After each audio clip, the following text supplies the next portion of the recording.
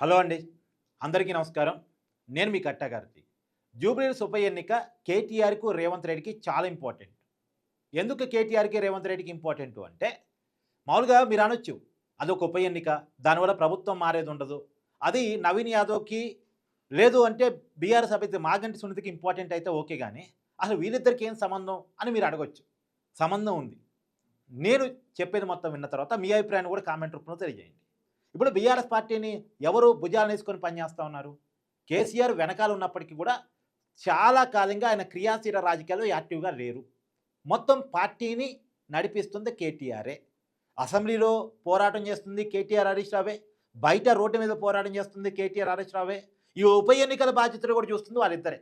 కాకపోతే హరీష్ రావు గారి ఫాదర్ చనిపోవటం కారణంగా ఆయన కొంత దూరంగా ఉన్నారు. కొంత మొత్తం కేటీఆరే చూస్తున్నారు. రెండోది రేపు బీఆర్ఎస్ పార్టీ కనుక అధికారంలోకి వస్తే ముఖ్యమంత్రి కాబోయేది కేటీఆర్. దాంట్లో ఏం భిన్నాభిప్రాయం లేదు. ఈసారి అధికారంలోకి వచ్చినా కేటీఆర్ ముఖ్యమంత్రి అయ్యి ఉండేవాళ్ళు. కానీ అధికారంలో రాలే, అధికారాన్ని కోల్పోయారు. అందులోనూ అధికారాన్ని కోల్పోయి పార్లమెంట్ ఎన్నికల్లో ఒక్క స్థానం కూడా గెలవకుండా, ఎమ్మెల్సీ ఎన్నికల్లో పోటీ కూడా చేయకుండా, ఆల్రెడీ ఒక స్థానం ఏది సికింద్రాబాదు కంటోన్మెంట్ స్థానంలో అక్కడ లాస్యానంద్ అని వాళ్ళ సిట్టింగ్ ఎమ్మెల్యే రోడ్డు ప్రమాదంలో చనిపోతూ ఉప ఎన్నిక వస్తే ఆ సిట్టింగ్ స్థానం కూడా కాంగ్రెస్ పార్టీ గెలిచింది. సో ఇన్ని డిసడ్వాంటేజ్ల మధ్య పార్టీని కాపాడుకోవాలి అంటే ఖచ్చితంగా ఈ ఉప ఎన్నికలో గెలిస్తీరాలి.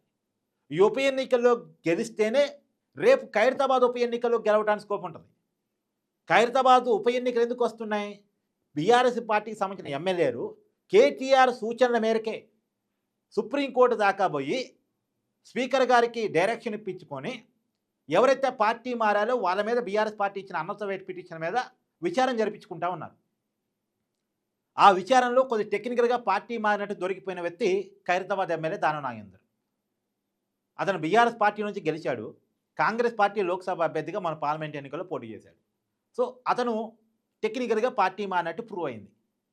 కాబట్టి అక్కడ అతని మీద అనర్థ వేటు పడుతుంది. అక్కడ ఉప ఎన్నిక వస్తుంది. ఆ ఉప ఎన్నిక రావడానికి కేటీఆర్, బీఆర్ఎస్ చేస్తున్న పోరాటమే కారణం. వాళ్ళు ఉప ఎన్నిక తీసుకొచ్చి వాళ్ళు సిట్టింగ్ స్థానం వాళ్ళు కాపాడుకోవాలంటే ఇవాళ జూబ్లీహిల్స్లో గెలవాలి. జూబ్లీహిల్స్లో సిట్టింగ్ స్థానాన్ని కాపాడుకోవాలి.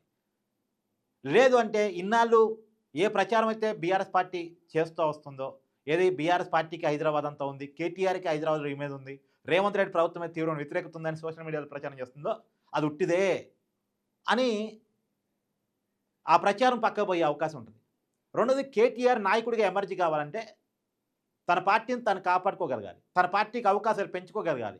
తన సిట్టింగ్ ఎమ్మెల్యేలను తను గెలవగలగాలి. ఆ పార్టీకి 39 ఎమ్మెల్యేలు మొన్న ఎన్నికల్లో వచ్చాయి.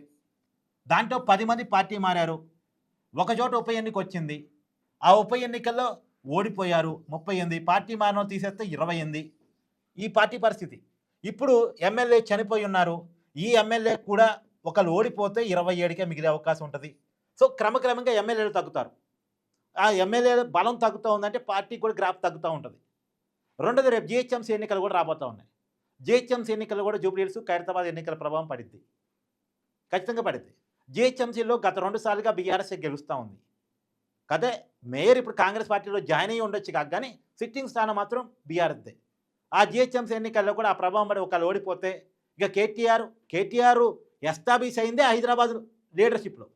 హైదరాబాద్ ప్రజలే కేటీఆర్ని హీరోని చేశారు. హైదరాబాద్ ప్రజలే మొన్న బీఆర్ఎస్ పార్టీకి ఈ 39 స్థానాలు రావడానికి కారణమయ్యారు. హైదరాబాద్ పరిధిలోనే కేటీఆర్ వరుసగా ఓడిపోయాడు అనుకోండి. ఇక కేటీఆర్ ముఖ్యమంత్రి ఎక్కడ? కేటీఆర్ నాయకత్వం ఎక్కడ? కేటీఆర్ ఇమేజ్ ఎక్కడ? మొత్తం డౌన్ ఫాల్ అవుద్ది. ఇప్పుడు ఎంత ప్రచారమైనా ఉండొచ్చు. రియాలిటీ ఎన్నికల్లోనే తెలిసింది. రియాలిటీ ప్రజల ఓట్ల పొందటంలోనే ఉంటుంది. ఆ రియాలిటీలో కేటీఆర్ సక్సెస్ అయ్యాడని చూపించుకోవాలంటే ఇవాళ వాళ్ళ సిట్టింగ్ స్థానమైన జూబ్లీహిల్స్ని గెలిపించుకొని తీరాల్సిందే. సో కేటీఆర్ నాయకత్వానికి ఇది ఒక అగ్ని పరీక్ష. ఇక రేవంత్ రెడ్డికి ఎందుకు అగ్ని పరీక్ష? సేమ్ రీజన్స్ అండి. ఏమీ లేదు. ఆయన ప్రభుత్వం మీద తీవ్రమైన వ్యతిరేకత ఉంది. హైదరాబాద్లో కాంగ్రెస్ పార్టీ బలం లేదు అనేది ఒక ప్రచారం ఉంది. సరే సికింద్రాబాద్ కంటోన్మెంట్లో మేము గెలిచామనొచ్చు. దాన్ని కంటిన్యూ చేసిన ఇప్పుడు జూబ్లీహిల్స్లో గెలవాలి. ఇది గెలిస్తేనే దీని పక్కనే ఉన్నటువంటి ఖైరతాబాద్ ఉప ఎన్నికలో రేపు కాంగ్రెస్ పార్టీ గెలవడానికి స్కోప్ ఉంటుంది. అందులో దానం నాగేందర్ రేవంత్ రెడ్డి ప్రభుత్వాన్ని నమ్ముకొని కాంగ్రెస్ పార్టీని నమ్ముకొని కాంగ్రెస్ పార్టీలో జాయిన్ అయ్యాడు. రేవంత్ రెడ్డి చెప్పినందుకు గాను ఎంపీగా పోటీ చేశాడు. కాంగ్రెస్ పార్టీ టికెట్ ఇచ్చినందుకు గాను, రేవంత్ రెడ్డి చెప్పినందుకు గాను. ఇప్పుడు అంత నమ్ముకొని వచ్చినప్పుడు అతను గెలిపించుకోవాలి. అతను గెలిపించుకోవాలంటే ముందు నువ్వు జూబ్లీహిల్స్లో గెలవాలి. ఇప్పుడు జూబ్లీహిల్స్లో ఓడిపోయారనుకోండి, ఆ ప్రభావంతో ఆటోమేటిక్గా ఖైరతాబాద్లో ఓడిపోయే అవకాశం ఉంటుంది. ఈ 2 చోట్ల ఓడిపోతే జీహెచ్ఎంసీలో గెలవటం అసలే కష్టం. కాంగ్రెస్ పార్టీ జీహెచ్ఎంసీ ఎన్నికలు గెలవటం అసలే కష్టం. ఆ జీహెచ్ఎంసీ ఎన్నికల్లో కూడా కాంగ్రెస్ పార్టీ ఓడిపోయి ఈ 2 చోట్ల కనుక ఓడిపోయిందనుకోండి, ఇక కాంగ్రెస్ పార్టీ మీద యాంటీ ఉంది. అంటే హైదరాబాద్ ప్రజలు ఎప్పుడూ కాంగ్రెస్ పార్టీకి లేదనుకోండి. అయినప్పటికీ కూడా ఆ ప్రభావం స్టేట్ వైడ్‌గా పడి, ఎందుకంటే హైదరాబాద్ అనేది సగం తెలంగాణ. కాబట్టి రేవంత్ రెడ్డి పనైపోయింది, ప్రభుత్వం పనైపోయింది అన్ ఆ ప్రచారం గనుక వచ్చిందంటే కాంగ్రెస్ పార్టీ ఎమ్మెల్యేలు ఉండటం కూడా చాలా కష్టం. అంటే పార్టీ మారిన ఎమ్మెల్యేలు ఎలాగూ వేరే వేరే దారులు చూసుకుంటారు. లేదు అంటే ఆ ఎమ్మెల్యేలంతా ఇక అవినీతికి కొంతమంది, అందరూ కాదు, కొంతమంది ఎగబడతారు. ఎందుకు ప్రభుత్వం మారితే మళ్ళీ ఎమ్మెల్యే గెలిచే అవకాశం ఉండకపోవచ్చు. ఉన్నంతలో డబ్బులన్నీ ఇప్పుడే వెనకేసుకుందామని కొంత విచ్చలవిడితనం పెరిగిపోయింది. అవసరమైతే పార్టీ మీద తిరుగుబాటు చేస్తారు. ప్రభుత్వం మీద తిరుగుబాటు చేస్తారు. ఎవరి కంట్రోల్‌లో ఎవరు ఉండరు. కాంగ్రెస్ పార్టీలో సహజంగా ఎవరి కంట్రోల్‌లో వాళ్ళు ఉండరు. అంటే ఒకరి కంట్రోల్‌లో ఇంకోరు ఉండరు. సారీ. అప్పుడు పూర్తిగా కంట్రోల్ తప్పుతారు. ఏది ప్రభుత్వం పడిపోతుంది. ఇక పార్టీకి లైఫ్ లేదు, పొలిటికల్‌గా అయిపోయింది.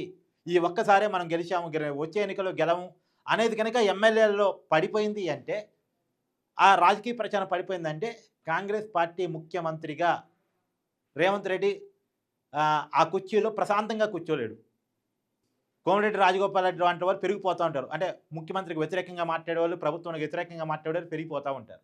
సో రేవంత్ రెడ్డి ప్రశాంతంగా సీఎం సీట్‌లో కూర్చోవాలి అంటే ఈ ఎన్నికల్లో గెలవడం చాలా ఇంపార్టెంట్. ఒకటే ఈజీ లాజిక్ అండి. కేటీఆర్ ముఖ్యమంత్రి కావాలంటే ఇవాళ జూబ్లీహిల్స్‌లో గెలిచి పునాదేసుకోవాలి. రేవంత్ రెడ్డి తను ప్రశాంతంగా సీఎం సీట్‌లోకి వచ్చేవాళ్ళంటే ముందు ఇవాళ జూబ్లీహిల్స్‌లో గెలిచి తీరాలి. అందుకని వీరిద్దరికీ ఈ జూబ్లీహిల్స్ ఉప ఎన్నిక చాలా ఇంపార్టెంట్ అని నా భావన. మీ అభిప్రాయాన్ని కామెంట్ రూపంలో తెలియజేయండి. Thank you.